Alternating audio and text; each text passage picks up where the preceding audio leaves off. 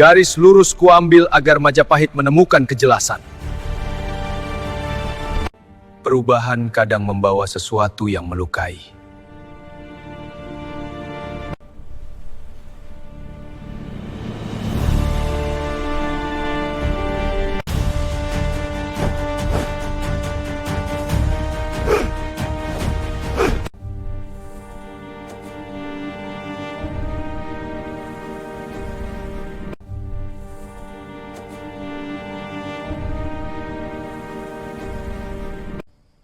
Aku harus berhati-hati dalam mengambil keputusan.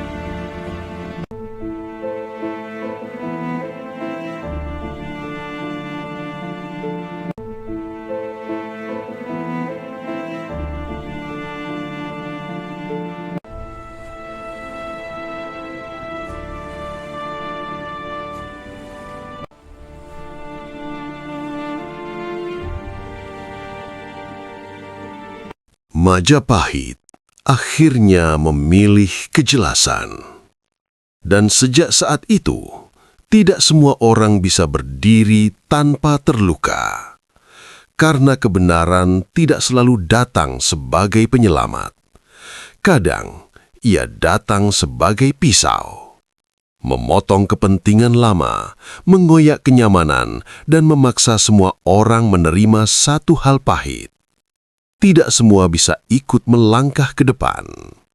Di episode ini, kejelasan tidak lagi sunyi. Ia mulai menyakiti. Assalamualaikum warahmatullahi wabarakatuh. Halo para penjaga sejarah Nusantara. Semoga kalian selalu sehat, jernih membaca arah zaman, dan kuat memahami bahwa dalam sejarah besar, setiap kemajuan selalu meninggalkan luka. Episode ini bukan tentang siapa yang benar, melainkan tentang siapa yang sanggup menanggung akibat setelah kebenaran diucapkan. Jika kamu menikmati kisah sejarah yang tidak sekedar menceritakan kemenangan, tetapi juga harga yang harus dibayar, jangan lupa subscribe, like, dan tuliskan pandanganmu di kolom komentar. Karena mulai episode ini, Majapahit tidak lagi bisa kembali. Bagi kalian yang sudah subscribe channel ini, saya ucapkan banyak terima kasih dan saya doakan semoga kalian semua selalu dalam keadaan sehat, diluaskan rizkinya, dan bahagia selalu bersama keluarga tercinta. Mari kita mulai saja ceritanya. Kejelasan itu akhirnya hadir di Istana Majapahit. Bukan sebagai pengumuman yang menggema, bukan pula sebagai perayaan yang membebaskan nafas. Ia datang seperti perubahan suhu. Pelan, nyaris tak terdengar, tetapi segera terasa di kulit. Para pejabat yang duduk di balairung menyadari satu hal sebelum kata-kata selesai dirangkai. Arah telah dipilih. Dan ketika arah dipilih, waktu berhenti menjadi sahabat semua orang. Tidak ada sorak, tidak ada amarah terbuka. Yang ada hanya gerak kecil, tatapan yang tertahan, bahu yang mengeras, nafas yang dipendekkan. Mereka paham, sejak hari itu, diam tidak lagi memberi perlindungan. Bukan karena kerajaan menuntut suara, melainkan karena kejelasan menuntut posisi. Seseorang bisa tetap setia, tetapi tak lagi cukup. Kini yang diminta adalah kesesuaian antara kata, langkah, dan kesanggupan menanggung akibat. Bagi sebagian orang, kejelasan adalah akhir dari kebimbangan yang melelahkan. Mereka yang sejak lama menunggu arah merasakan semacam ketertiban batin. Akhirnya garis ditarik. Akhirnya keraguan diberi batas. Namun bagi yang lain, kejelasan justru merobek selimut kenyamanan yang selama ini menyelamatkan mereka dari keputusan sulit. Apa yang dulu bisa ditunda dengan alasan keadaan, kini tak lagi punya tempat bersembunyi. Istana tidak berubah wujud, tetapi maknanya bergeser. Pintu-pintu yang sama terasa lebih sempit. Lorong-lorong yang dulu ramah, kini seperti menuntut langkah yang pasti. Setiap salam terdengar lebih formal, setiap senyum lebih singkat, seolah-olah bangunan itu sendiri menimbang siapa yang pantas melintas dan siapa yang seharusnya berhenti. Beberapa pejabat mencoba membaca arah angin, berharap masih ada celah untuk menyesuaikan diri. Mereka menata ulang kalimat, menyelaraskan nada, mengingat kembali jasa lama. Namun kejelasan bukan ruang tawar-menawar. Ia tidak menolak masa lalu, tetapi juga tidak menjadikannya jaminan. Yang diuji bukan seberapa besar jasa, melainkan seberapa siap melangkah dengan standar baru tanpa meminta waktu tambahan. Majapahit bergerak maju, dan gerak itu terasa nyata. Bukan lewat perubahan besar yang mengguncang, melainkan lewat keputusan kecil yang konsisten. Penugasan yang tak lagi mengulang pola lama. Rapat yang menuntut hasil, bukan sekadar latoran. Pertanyaan yang tak lagi berhenti pada niat, tetapi menembus ke konsekuensi. Setiap detail menjadi cermin. Siapa yang beradaptasi, siapa yang tersendat. Di balik ketenangan permukaan, ada rasa kehilangan yang belum bernama. Bukan kehilangan jabatan semata, melainkan kehilangan rasa aman. Banyak yang menyadari bahwa posisi mereka selama ini berdiri di atas kabut toleransi. Cukup tebal untuk menopang, cukup tipis untuk menipu. Ketika kejelasan menyibak kabut itu, tanah di bawah kaki tak lagi terasa rata.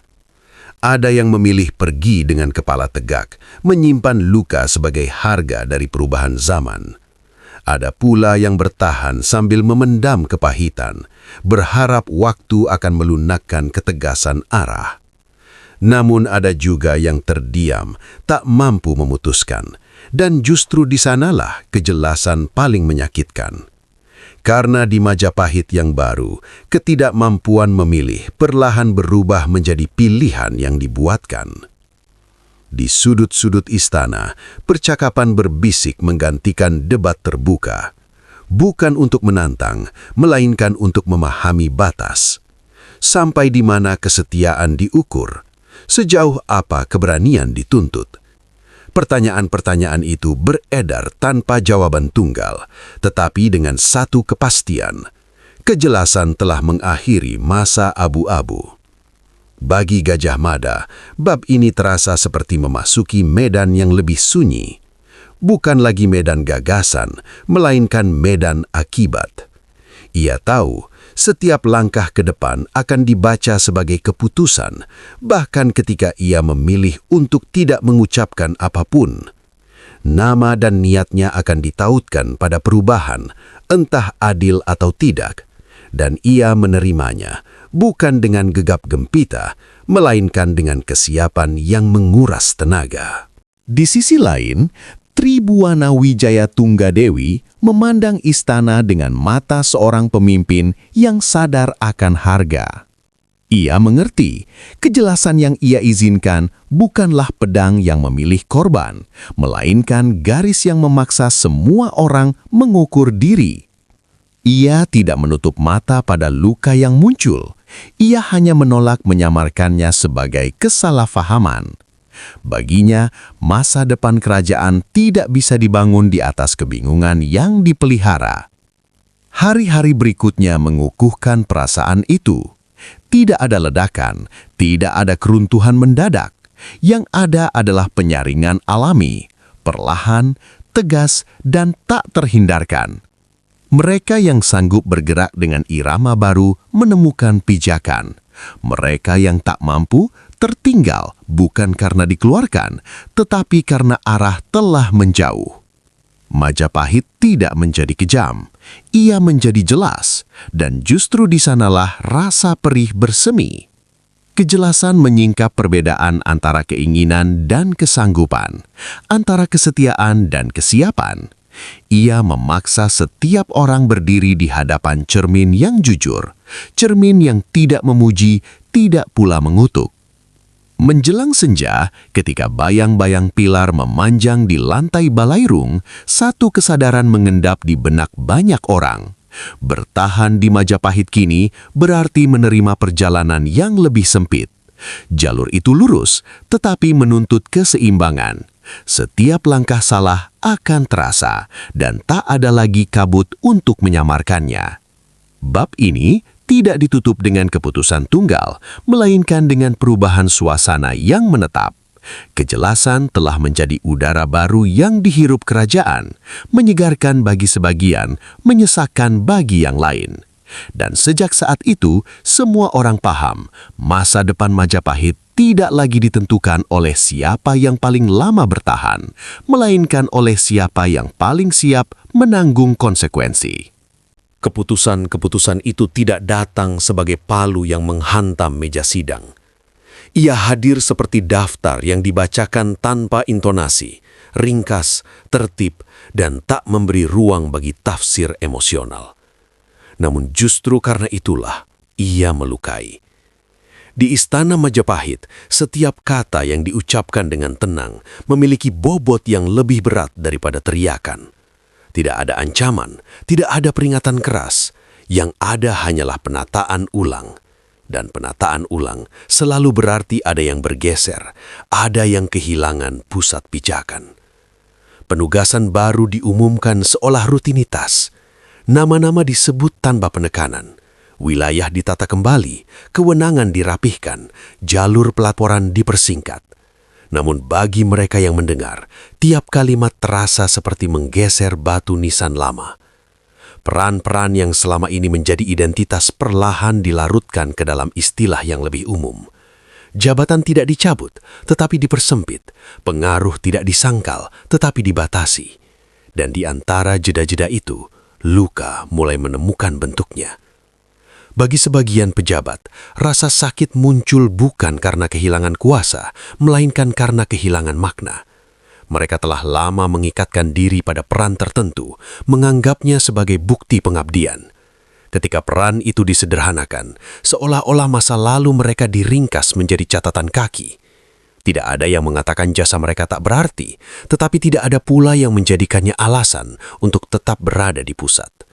Keputusan-keputusan ini tidak menghakimi, ia hanya menolak memberi keistimewaan pada nostalgia. Rapat demi rapat berlangsung tanpa ketegangan terbuka, tetapi udara di dalamnya semakin padat. Setiap orang belajar berbicara seperlunya, berhenti tepat sebelum melewati batas baru yang belum sepenuhnya dipahami. Pertanyaan diajukan dengan hati-hati, bukan untuk menantang, melainkan untuk memastikan apakah masih ada ruang bergerak. Dan jawaban yang datang selalu konsisten, menegaskan bahwa ruang itu kini ditentukan oleh hasil, bukan sejarah. Di lorong-lorong istana, langkah menjadi lebih cepat, bukan karena tergesa, melainkan karena tak ingin terlalu lama terlihat ragu. Wajah-wajah yang dulu saling menyapa, kini memilih jarak aman. Ada perhitungan baru dalam setiap senyum. Siapa yang masih memiliki akses, siapa yang mulai tersisih. Pertanyaan itu tidak pernah diucapkan lantang, tetapi mengalir di balik tatapan yang saling menilai. Keputusan-keputusan kecil itu menyusun pola yang tak terbantahkan. Jalur wewenang dipotong agar lebih lurus. Tugas-tugas yang tumpang tindih disatukan. Orang-orang yang terbiasa menjadi penghubung kehilangan perannya sebagai simpul. Dan ketika simpul mengendur, mereka yang hidup dari ketergantungan itu merasakan sakit paling awal. Tidak ada satupun keputusan yang bisa dituding sebagai kejam, tetapi keseluruhannya membentuk tekanan yang tak terbantahkan. Bagi mereka yang terdampak, luka itu berlapis.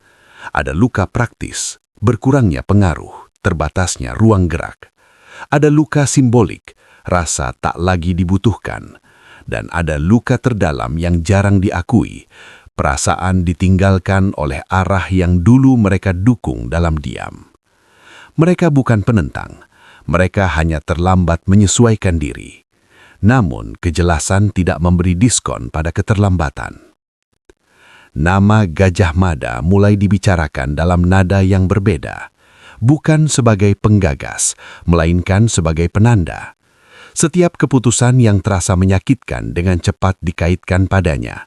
Entah benar, entah sekadar mudah. Ia menjadi bayangan di balik daftar, simbol dari arah yang tak lagi lentur. Dan ia mengetahui itu. Ia memilih tidak meluruskan semua anggapan, karena meluruskan berarti membuka ruang tawar-menawar yang telah ditutup oleh kejelasan itu sendiri. Ia menyadari paradoks yang menyertainya. Semakin tenang keputusan dijalankan, semakin besar luka yang dirasakan. Tidak ada katarsis, tidak ada momen untuk meluapkan kekecewaan. Semuanya berlangsung rapi, dan justru kerapian itulah yang membuat sakitnya berlarut. Luka yang tak berdarah lebih sulit disembuhkan karena ia tidak pernah diakui sebagai luka. Di balik ketertiban administratif, ada percakapan-percakapan personal yang berlangsung dengan nada tertahan. Janji-janji lama diingat kembali, bukan untuk ditagih, melainkan untuk diuji nilainya di hadapan arah baru. Banyak yang mendapati bahwa janji itu tidak dilanggar, hanya tak lagi relevan. Kesetiaan masa lalu tidak dihapus, tetapi tidak pula menjamin masa depan. Keputusan-keputusan ini mengajarkan satu pelajaran pahit, bahwa kerajaan tidak bisa dibangun di atas hutang budi. Sementara itu, Tribuwana Wijaya Tunggadewi memikul beban yang berbeda. Ia tidak menandatangani setiap rincian, tetapi setiap hasil tetap bermuara padanya. Ia mendengar laporan tentang wajah-wajah yang meredup, tentang kebanggaan yang tergerus. Ia memahami bahwa setiap keputusan yang terasa objektif di atas kertas akan selalu subjektif di dada manusia. Namun, ia menolak mengendurkan garis, karena mengendurkan berarti kembali pada kabut yang telah mereka sepakati untuk tinggalkan. Hari demi hari, keputusan-keputusan itu mengikis ilusi bahwa perubahan bisa terjadi tanpa korban. Tidak ada pembersihan besar, tidak ada pengusiran dramatis, yang ada adalah pergeseran gravitasi.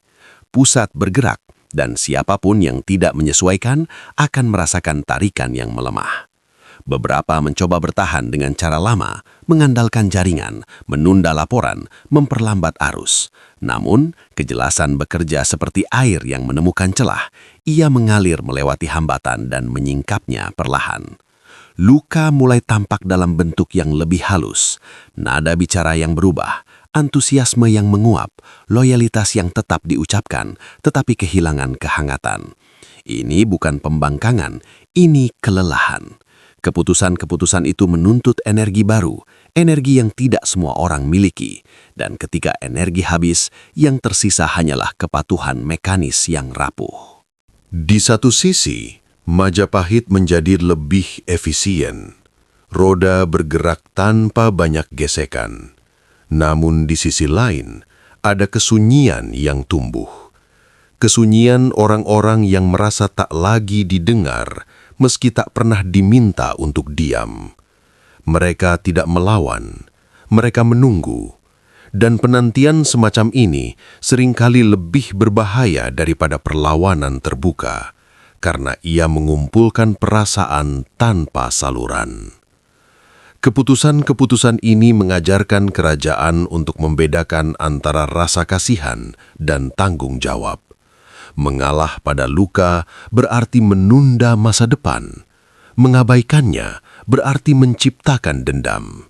Di antara dua ekstrim itu, Majapahit memilih jalan yang sempit, mengakui rasa sakit tanpa menjadikannya alasan untuk berhenti.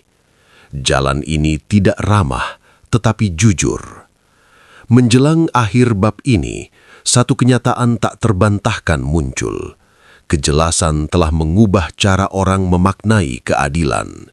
Keadilan tidak lagi dipahami sebagai pembagian yang sama, melainkan sebagai konsistensi arah. Selama aturan diterapkan tanpa pilih kasih, rasa sakit dianggap bagian dari proses. Namun manusia tidak selalu sanggup menerima logika ketika harga dirinya terlibat. Dan di sanalah luka itu menetap, di antara keputusan yang rasional dan perasaan yang tertinggal. Majapahit melangkah dengan ritme baru, tetapi denyut lama belum sepenuhnya padam.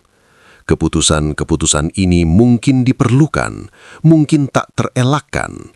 Namun satu hal menjadi jelas, setiap langkah ke depan telah meninggalkan bekas. Dan bekas itu, jika tidak dipahami, akan mencari cara untuk berbicara di kemudian hari. Bagi Gajah Mada, kejelasan bukan lagi gagasan. Ia telah berubah menjadi beban yang menempel di setiap langkah. Jika sebelumnya ia berdiri sebagai suara yang menuntut arah, kini ia berdiri sebagai wajah dari segala akibat. Apapun yang bergerak maju, apapun yang terasa menyakitkan, nama itu selalu disebut.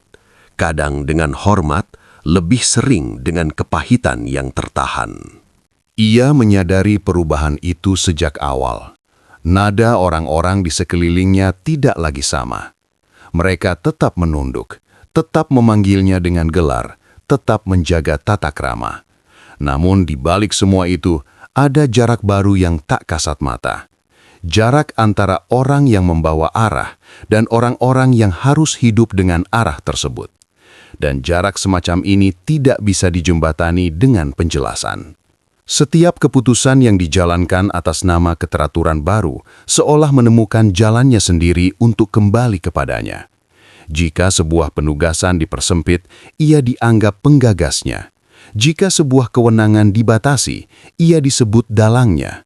Bahkan ketika keputusan itu lahir dari kesepakatan bersama, beban simbolik tetap jatuh di pundaknya. Dalam politik istana, kebenaran jarang lebih kuat daripada kemudahan menyalahkan. Gajah Mada tidak membantah, bukan karena ia merasa selalu benar, melainkan karena ia tahu bantahan hanya akan memperpanjang ilusi bahwa keputusan masih bisa dinegosiasikan. Ia telah melewati tahap itu. Mundur sekarang berarti membiarkan luka yang sudah terbuka membusuk tanpa tujuan. Ia memilih menanggung kesalahpahaman demi menjaga arah tetap lurus. Sebuah pilihan yang tidak heroik, tidak pula populer. Di lorong-lorong Istana Majapahit, ia berjalan dengan kesadaran penuh bahwa setiap langkahnya diamati. Tatapan yang dulu penuh harap, kini bercampur curiga. Beberapa memandangnya sebagai penegak keteraturan, yang lain sebagai perusak keseimbangan lama. Tidak ada lagi ruang netral. Bahkan diamnya ditafsirkan sebagai sikap. Malam-malamnya menjadi lebih panjang, bukan karena tugas bertambah, tetapi karena pikiran tak lagi menemukan tempat beristirahat. Ia mengulang kembali setiap keputusan yang telah dijalankan, bukan untuk menyesal, melainkan untuk memastikan bahwa semuanya masih sejalan dengan tujuan awal. Dalam kesendirian itulah, ia menyadari betapa tipis garis antara keteguhan dan kekerasan. Dan ia tahu, jika garis itu dilanggar, Majapahit tidak hanya akan kehilangan dukungan, tetapi juga arah moralnya. Beban terberat bukan datang dari mereka yang terang-terangan kecewa, melainkan dari mereka yang tetap setia secara lahir, tetapi mulai menjauh secara batin. Kesetiaan yang dingin lebih berbahaya daripada penentangan terbuka, karena ia menyimpan luka tanpa suara. Gajah Mada merasakannya dalam rapat yang terlalu singkat, dalam laporan yang terlalu patuh, dalam ketiadaan pertanyaan. Semua itu menandakan satu hal, kepercayaan mulai digantikan oleh kewaspadaan. Ia juga menyadari bahwa dirinya telah berubah. Ketegasan yang dulu terasa membebaskan, kini terasa melelahkan. Setiap keputusan harus ditimbang bukan hanya dari sisi benar atau salah, tetapi dari seberapa besar luka yang akan ditinggalkannya. Namun ia menolak membiarkan rasa lelah itu mengendurkan prinsip. Baginya, kepemimpinan bukan soal menjaga perasaan, melainkan menjaga arah agar tidak kembali kabur. Dalam beberapa kesempatan, ia bertemu langsung dengan mereka yang terdampak oleh perubahan. Tidak untuk meminta pengertian, tidak pula untuk menawarkan kompensasi emosional. Ia hadir untuk mendengar, sebuah tindakan yang sering disalahartikan sebagai kelemahan. Namun justru dari sanalah ia memahami bahwa luka-luka itu nyata, dan bahwa tidak semua orang sanggup menanggung harga yang sama. Ia tidak menjanjikan apapun. Janji pada tahap ini hanya akan menjadi mata uang palsu. Yang ia tawarkan hanyalah kejujuran, bahwa jalan ini memang sempit, bahwa tidak semua bisa berjalan bersama, dan bahwa ia sendiri tidak kebal dari akibatnya. Kejujuran semacam ini jarang memberi kelegaan. Ia hanya memberi kepastian, dan kepastian seringkali lebih menyakitkan daripada harapan palsu. Nama Tribuwana Wijaya Tunggadewi kerap disebut bersamaan dengan namanya, tetapi beban mereka berbeda. Sang ratu memikul legitimasi, ia memikul persepsi. Jika Tribuwana adalah simbol arah resmi kerajaan, maka Gajah Mada menjadi simbol pelaksanaannya. Dan simbol, seperti diketahui, jarang diperlakukan dengan adil. Ia dijunjung ketika berhasil, disalahkan ketika sakit terasa.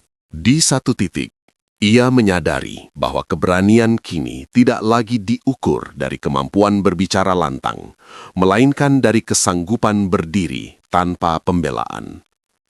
Tidak semua keputusan perlu dibela, karena tidak semua orang ingin diyakinkan. Ada luka yang hanya bisa dibiarkan ada, tanpa upaya menutupinya dengan retorika.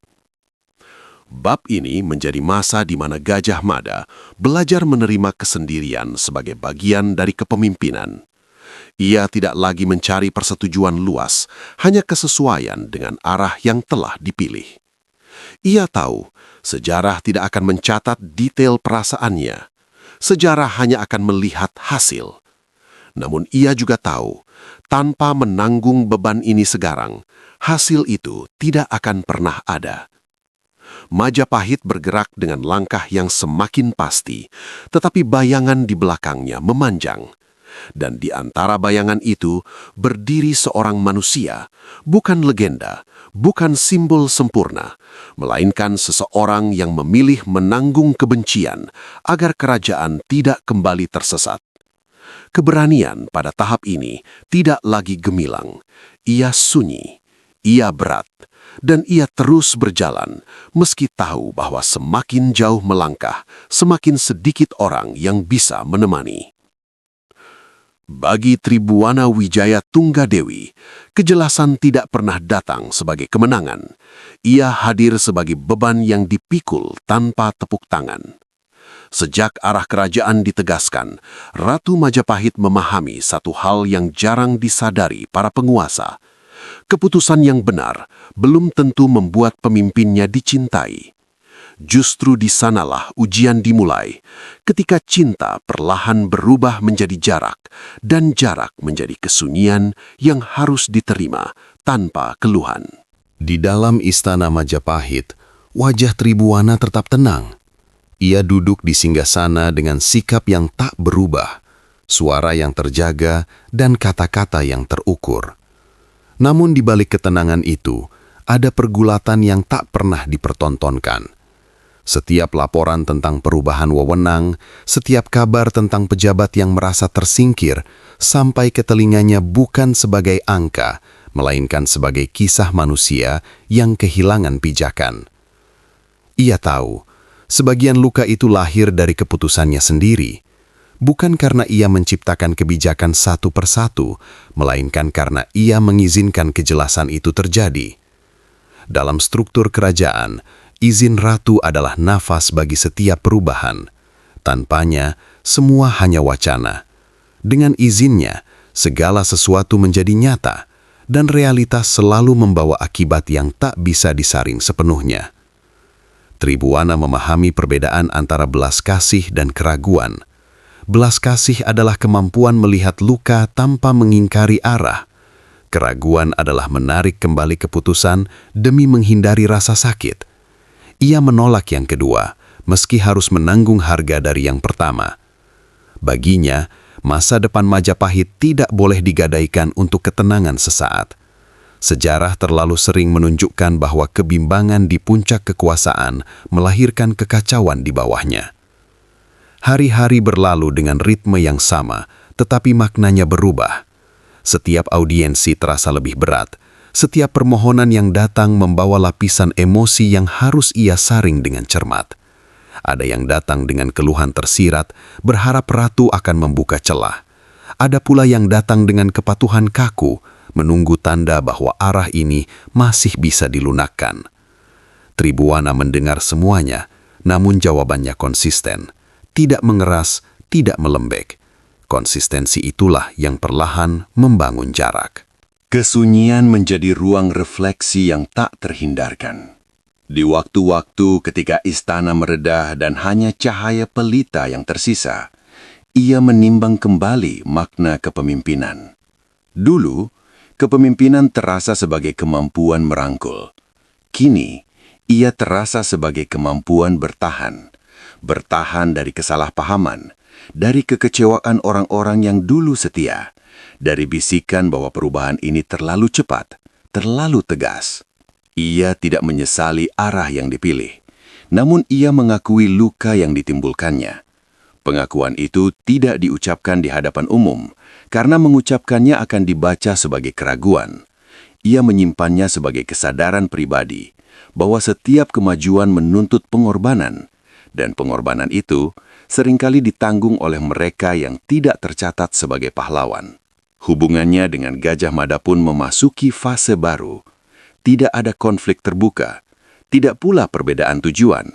Yang ada adalah pemahaman diam-diam bahwa mereka kini berdiri di medan yang sama, tetapi menanggung beban yang berbeda.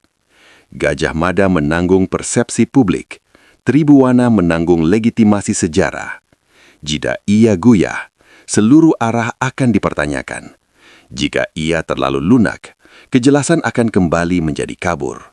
Sebagai ratu, ia menyadari bahwa popularitas adalah mata uang yang cepat habis. Kepemimpinan sebaliknya adalah investasi jangka panjang yang seringkali tidak memberi hasil instan.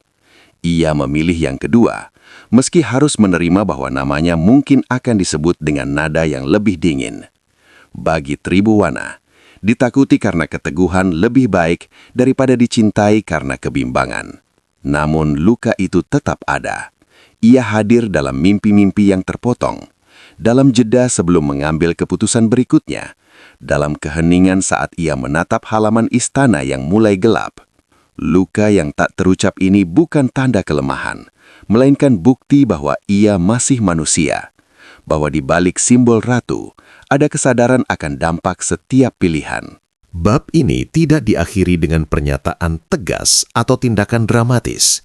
Ia berakhir dengan keteguhan yang sunyi. Tribuana berdiri pada arah yang telah dipilih, sambil menerima bahwa sebagian orang akan menjauh, sebagian lagi akan menunggu, dan hanya sedikit yang benar-benar berjalan bersamanya. Kepemimpinan pada titik ini bukan lagi tentang memimpin banyak orang, melainkan tentang memastikan bahwa jalan yang dipilih tetap ada, meski harus dilalui dengan langkah yang semakin sepi. Perlawanan tidak selalu lahir dari teriakan. Di Majapahit, ia justru tumbuh dari kesunyian yang terlalu lama dibiarkan. Setelah kejelasan ditegakkan dan keputusan-keputusan mulai melukai, istana tidak berubah menjadi arena konflik terbuka. Ia tetap rapi, tetap tertib, tetap berjalan seperti biasa. Namun di balik keteraturan itu, ada sesuatu yang bergerak pelan, hampir tak terdeteksi, seperti retakan halus di batu yang tampak kokoh.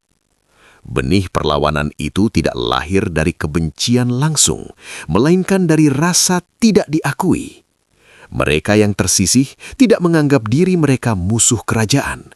Mereka masih menyebut diri setia. Mereka masih mematuhi aturan. Tetapi di dalam hati tumbuh keyakinan baru yang berbahaya, bahwa arah baru ini tidak adil bagi mereka yang telah berkorban di masa lalu. Dan keyakinan semacam ini, ketika tidak pernah diuji secara terbuka, berubah menjadi narasi yang menguat dari satu bisikan ke bisikan lain. Di sudut-sudut istana, percakapan pendek mulai mengambil makna berbeda. Kalimat sederhana seperti "zaman telah berubah" atau "sekarang bukan lagi masa kita" menjadi pengakuan tak langsung atas keterasingan. Tidak ada rencana, tidak ada sumpah, hanya kesamaan rasa, dan kesamaan rasa seringkali cukup untuk membangun kubu tanpa omando. Majapahit belum terbelah, tetapi ia mulai berlapis. Di permukaan ada mereka yang bergerak seiring arah baru, menemukan ruang dan peran yang jelas. Di bawahnya ada lapisan orang-orang yang tetap berada di dalam struktur, namun tidak lagi merasa menjadi bagian dari perjalanan. Mereka hadir secara fisik, tetapi absen secara emosional. Dan di antara lapisan inilah benih perlawanan tumbuh paling subur, karena ia merasa sah, bahkan bermoral. Tidak satu pun dari mereka menyebut dirinya pemberontak. Kata itu terlalu kasar, terlalu berbahaya. Mereka lebih suka menyebut diri penjaga keseimbangan lama atau pengingat jasa masa lalu. Bahasa semacam ini memberi legitimasi pada kekecewaan. Ia mengubah rasa sakit menjadi identitas, dan identitas menjadi alasan untuk saling menguatkan. Nama Gajah Mada kerap muncul dalam bisikan itu, bukan sebagai individu, melainkan sebagai simbol. Simbol dari arah baru yang terasa dingin, simbol dari kejelasan yang tidak memberi ruang bernafas. Namun menariknya, kebencian itu jarang diucapkan langsung. Ia disimpan sebagai cerita yang diceritakan ulang, setiap kali dengan detail yang sedikit berbeda, setiap kali dengan nada yang semakin pahit. Di sisi lain, Tribuana Wijaya Tunggadewi tetap dipandang dengan ambiguitas. Sebagian masih melihatnya sebagai payung legitimasi, tempat berharap arah akan dilunakkan suatu hari nanti. Harapan ini justru memperpanjang luka, karena ia menunda penerimaan bahwa kejelasan itu bukan sekedar kehendak satu orang, melainkan keputusan kerajaan. Harapan palsu seringkali menjadi bahan bakar paling berbahaya bagi perlawanan yang belum berbentuk. Benih perlawanan ini tidak bergerak cepat. Ia tidak tergesa, tidak emosional. Ia menunggu momentum, menunggu kesalahan kecil, menunggu celah yang bisa dibaca sebagai bukti bahwa arah baru ini rapuh. Setiap keputusan yang terasa kurang sempurna dicatat, setiap ketegangan kecil dibesar-besarkan dalam cerita. Tidak untuk disebarkan luas, tetapi untuk menguatkan keyakinan internal bahwa mereka tidak salah merasa tersingkir. Di luar istana, rakyat belum merasakan apa-apa. Kehidupan berjalan, pasar tetap ramai, ladang tetap ditanami. Namun di pusat kekuasaan, atmosfer berubah. Kesetiaan tidak lagi diekspresikan dengan antusiasme, melainkan dengan kehati-hatian. Banyak yang memilih diam bukan karena setuju, tetapi karena belum melihat manfaat berbicara. Diam jenis ini berbeda dari diam yang aman. Ia adalah diam yang menyimpan energi. Benih-benih ini tidak berbahaya dalam jumlah kecil. Tetapi sejarah Majapahit dan sejarah kerajaan manapun menunjukkan bahwa perlawanan paling sulit dipadamkan bukanlah yang datang dengan senjata, melainkan yang datang dengan narasi. Narasi bahwa keadilan telah bergeser, narasi bahwa pengorbanan lama dilupakan, narasi bahwa arah baru hanya menguntungkan segelintir orang. Tidak ada yang menyadari kapan tepatnya perasaan-perasaan ini berubah menjadi sesuatu yang lebih solid. Tidak ada momen tunggal yang bisa ditunjuk sebagai awal. Yang ada hanyalah akumulasi, hari demi hari, rapat demi rapat, keputusan demi keputusan. Setiap luka kecil yang tidak dibicarakan menambah lapisan baru pada keyakinan bahwa suatu hari sesuatu harus berubah. Bab ini tidak berakhir dengan pemberontakan. Ia berakhir dengan kesadaran yang samar namun mengganggu bahwa Majapahit kini menyimpan dua denyut. Satu denyut bergerak maju dengan arah yang jelas dan terukur. Denyut lain bergerak pelan di bawah permukaan, membawa luka-luka yang belum menemukan bahasa. Selama dua denyut ini belum bertemu, kerajaan masih berdiri. Tetapi ketika mereka akhirnya saling bersinggungan, sejarah akan mencatatnya sebagai momen ketika luka yang disimpan terlalu lama mulai mencari suara. Tidak ada pengumuman penutup, tidak ada keputusan terakhir yang dibacakan dengan suara lantang. Namun di Majapahit, semua orang memahami bahwa satu fase telah berakhir. Kejelasan yang ditegakkan di istana bukan lagi sebuah proses, ia telah menjadi keadaan. Dan keadaan tidak seperti wacana, tidak bisa ditarik kembali hanya dengan kehendak.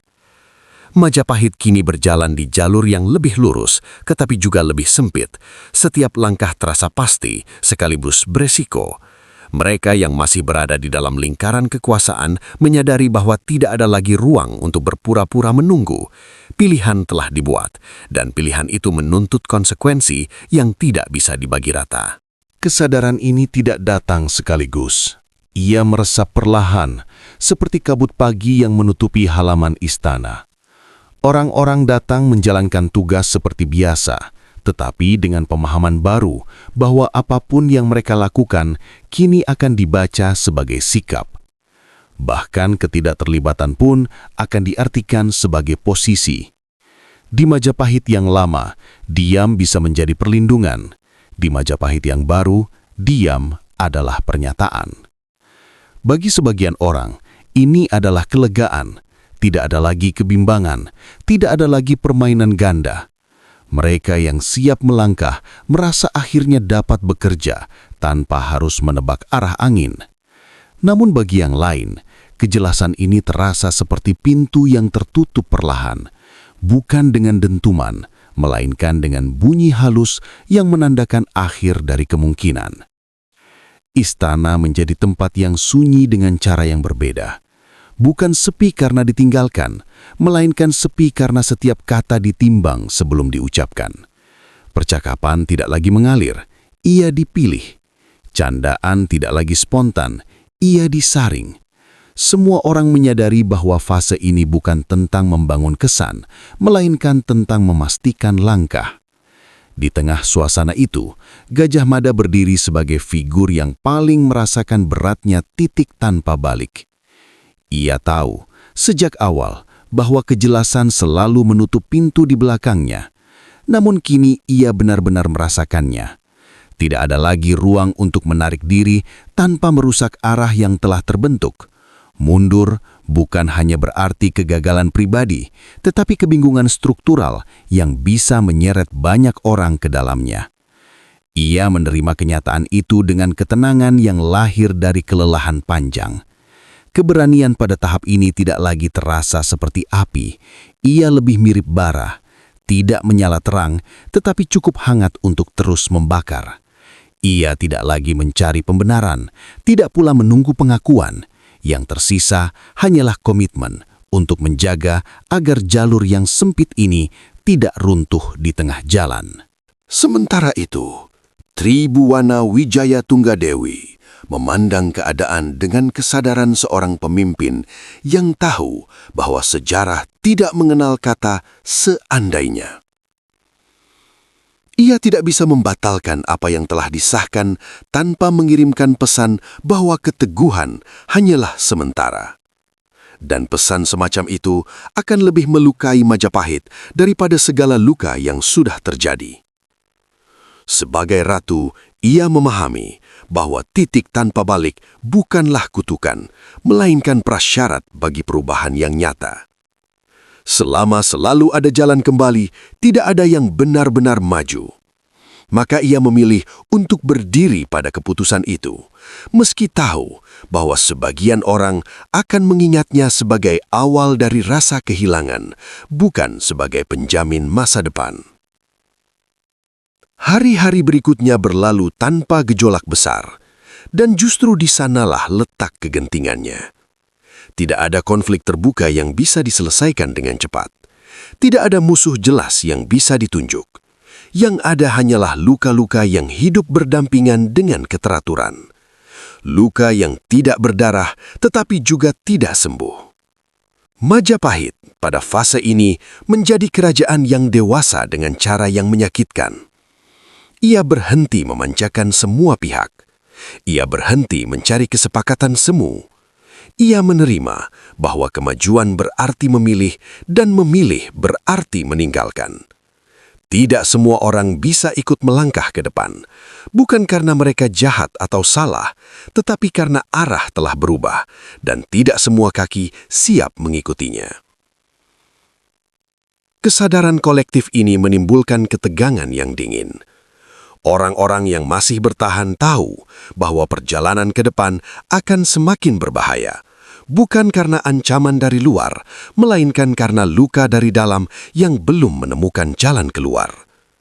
Luka-luka ini tidak akan berteriak hari ini, mungkin juga tidak besok. Tetapi sejarah menunjukkan bahwa luka yang disimpan terlalu lama akan mencari bahasanya sendiri. Bab ini ditutup tanpa klimaks dramatis. Ia berakhir dengan keheningan yang syarat makna. Majapahit berdiri tegak, tetapi dengan bekas-bekas yang jelas terlihat bagi siapapun yang mau memperhatikan. Tidak ada jalan kembali. Bukan karena pintu dikunci, melainkan karena terlalu banyak yang telah berubah untuk berpura-pura kembali seperti semula. Kejelasan memang diperlukan, namun ia selalu datang dengan harga. Dan Majapahit hari ini baru mulai membayar cicilan pertamanya. Apakah luka ini akan sembuh atau membusuk? Akankah perlawanan akhirnya muncul ke permukaan? Like jika kamu merasakan beratnya kepemimpinan. Subscribe untuk kelanjutan kisah Majapahit. Tulis di komentar, lanjutkan episode berikutnya. Karena di episode berikutnya, kita akan masuk fase yang lebih gelap. Luka yang mulai berbicara. Terima kasih sudah menonton. Sampai jumpa di episode berikutnya. Wassalamualaikum warahmatullahi wabarakatuh.